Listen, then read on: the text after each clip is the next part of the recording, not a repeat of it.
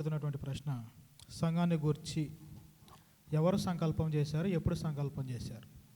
కొన్ని వాక్యాధారాలతో వివరించవలసిందిగా ప్రేమతో కోరుతున్నాం. మంచిది. చాలా మంచి ప్రశ్న ఇది. ఈ సంఘము అనేది ఎవరి సంకల్పము అనేటువంటి విషయాన్ని మనం ఆలోచన చేసినట్లయితే, ఒకసారి అందరం కూడా ఎఫెసీయులకు రాసిన పత్రిక 1వ అధ్యాయము 6వ వచనంలో గమనించినట్లయితే, ఆయన ఎఫెసీ పత్రిక 1వ అధ్యాయం 6వ వచనంలో మనం గమనించినట్లయితే ఆయన చెప్తున్నటువంటి మాట,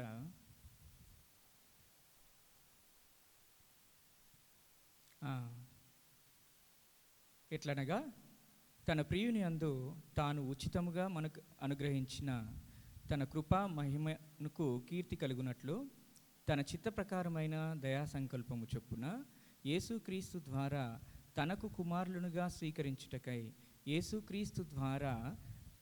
కుమారులుగా స్వీకరించుటకై మనలను ముందుగా తన కోసం నిర్ణయించుకొని మనము తన ఎదుట పరిశుద్ధులమును నిర్దోషులమునై ఉండవలనని జగత్తు పునాది వేయబడక మునుపే ప్రేమ చేత ఆయన క్రీస్తులో మనలను ఏర్పరచుకొనెను. క్రీస్తు ద్వారా జగత్తు పునాది వేయబడక మునుపే ఆయన మనల్ని ఏర్పాటు చేసుకోవాలనేటువంటి సంకల్పాన్ని దేవుడు కలిగి ఉన్నట్లుగా మనం చూస్తూ ఉన్నాం. ప్రియులారా, దీన్ని సాదృశ్యంగా అనేకమైనటువంటి ప్రవచన వాక్యాలు మనకు కనబడుతూ ఉంటాయి. గమనించండి, దేవుడి పనులు ఎప్పుడు కూడా స్థిరమైనవి, లేదంటే శాశ్వతమైనటువంటి కార్యములు, ఆయన కార్యములు. ప్రసంగి 3వ అధ్యాయము 14వ వచనంలో మనం చూస్తే దేవుని పనులన్నీ శాశ్వతములు అని రాయబడి ఉంటుంది. కాబట్టి ఆయన చేసేటువంటి ఏ కార్యమైనా కానీ అది పర్మనెంట్గా ఉండేటువంటి కార్యము. ఈ సంఘమును గూర్చి ఆయన సంకల్పము, ప్రవచనాలు కొన్ని చూచుటకు ప్రయత్నం చేద్దాం.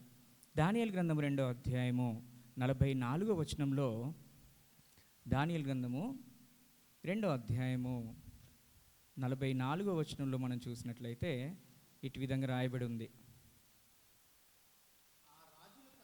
ఆ రాజుల కాలంలో పరలోకమందున్న దేవుడు ఒక రాజ్యము స్థాపించును, దానికెన్నటికి నాశనము కలగదు. చూడండి, శాశ్వతమైనటువంటి రాజ్యము, ఆ రాజ్యమునకు ఎన్నడూ కూడా నాశనము కలగదు.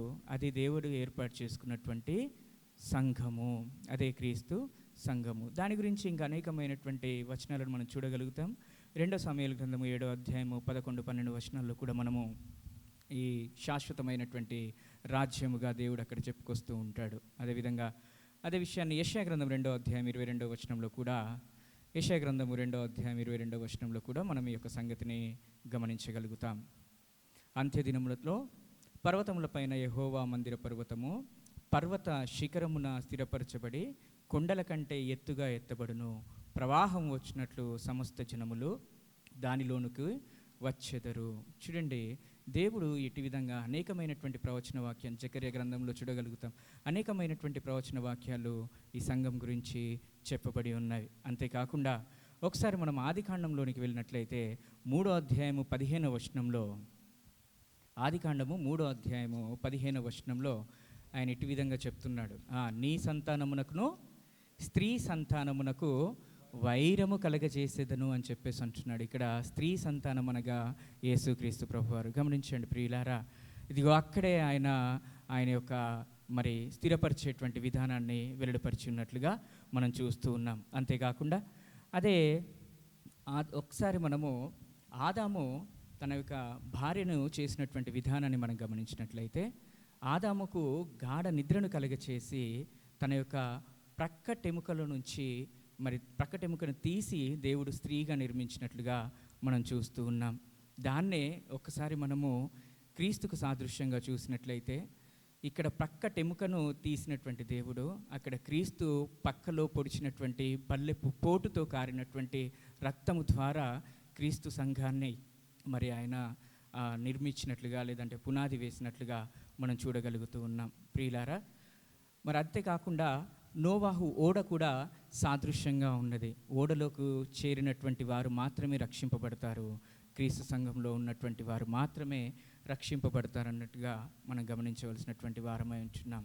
అంతేకాకుండా అపోస్తల కార్యములు 7వ అధ్యాయము 39వ వచనంలో చూసినట్లయితే, నడుస్తున్నటువంటి ఇశ్రాయేల్ ప్రజలు ఐగుప్తు నుండి మరి వారు ఎర్ర సముద్రాన్ని దాటి అక్కడి నుంచి అరణ్య మార్గం గుండా వెలుచు కానానికి చేరుకున్నారు. ఇది కూడా మనము సాదృశ్యంగా ఈజిప్ట్ అనేటువంటి దాన్ని లోకంగా తీసుకున్నట్లయితే అక్కడి నుంచి ఎర్ర సముద్రము అంటే బాప్తిస్మము ద్వారా మనం ఎక్కడికి చేరుతాము అంటే సంఘంలోనికి, అనగా పరలోక రాజ్యంలోనికి మనము చేరుతామనేటువంటి విషయాన్ని జ్ఞాపకం చేసుకోవాలి.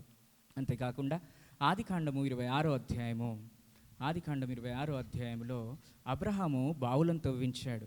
అబ్రహాము బావులను తవ్వించినప్పుడు ఫిలిష్తీయులు ఆ బావులను పూడ్చి చేసినట్లుగా మనం చూస్తూ ఉంటాం. అంటే ఈరోజు క్రీస్తు ప్రభువారు ఏర్పాటు చేసినటువంటి సంఘమును పూడ్చివేస్తున్నటువంటి అనేక మంది అబద్ధ బోధకులు ఉన్నారు. కానీ అప్పుడు ఇస్సాకు తిరిగి మరలా ఆ బావులను తిరిగి త్రవ్వినట్లుగా మనం చూస్తూ ఉంటాం. అంటే ఈరోజు క్రీస్తు సంఘము అట్టి విధంగా తిరిగి మరలా అనేక మందికి చేరవేయాల్సినటువంటి బాధ్యత మనందరిపైన ఉందని గుర్తుంచుకోవాలి. ప్రియులారా, ఒక విషయము ప్రస్తావించదలుచుకున్నాం.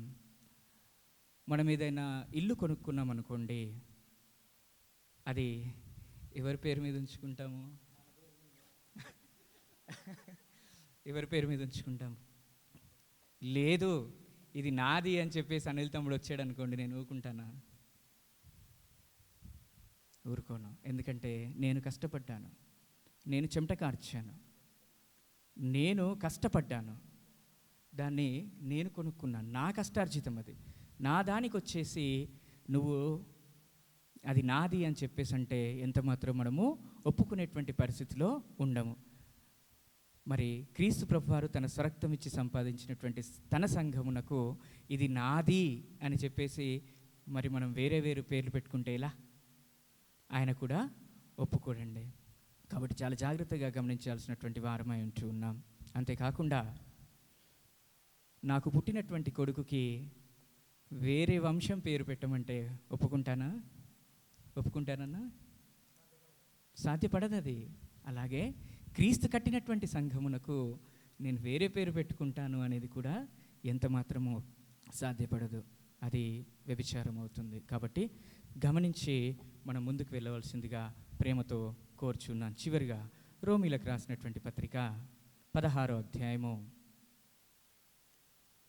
17వ వచనాన్ని మనం గమనించినట్లయితే, సహోదరులారా, మీరు నేర్చుకొనిన బోధకు వ్యతిరేకముగా భేదములను ఆటంకములను కలుగజేయు వారిని కనిపెట్టి ఉండిడని మిమ్మును బతిమాలుచున్న. ఇప్పటి వరకు, మార్నింగ్ నుంచి ఇప్పటి వరకు కూడా మీరు నేర్చుకునేటువంటి బోధ క్రీస్తు సంఘమే నిజమైనటువంటి సంఘము, గ్రంథానుసారమైనటువంటి సంఘము, దేవుడు సంకల్పించినటువంటి సంఘము, ఆయన యొక్క పరిపూర్ణత ఉన్నటువంటి సంఘము ఏదైనా ఉందంటే అది క్రీస్తు సంఘం మాత్రమే.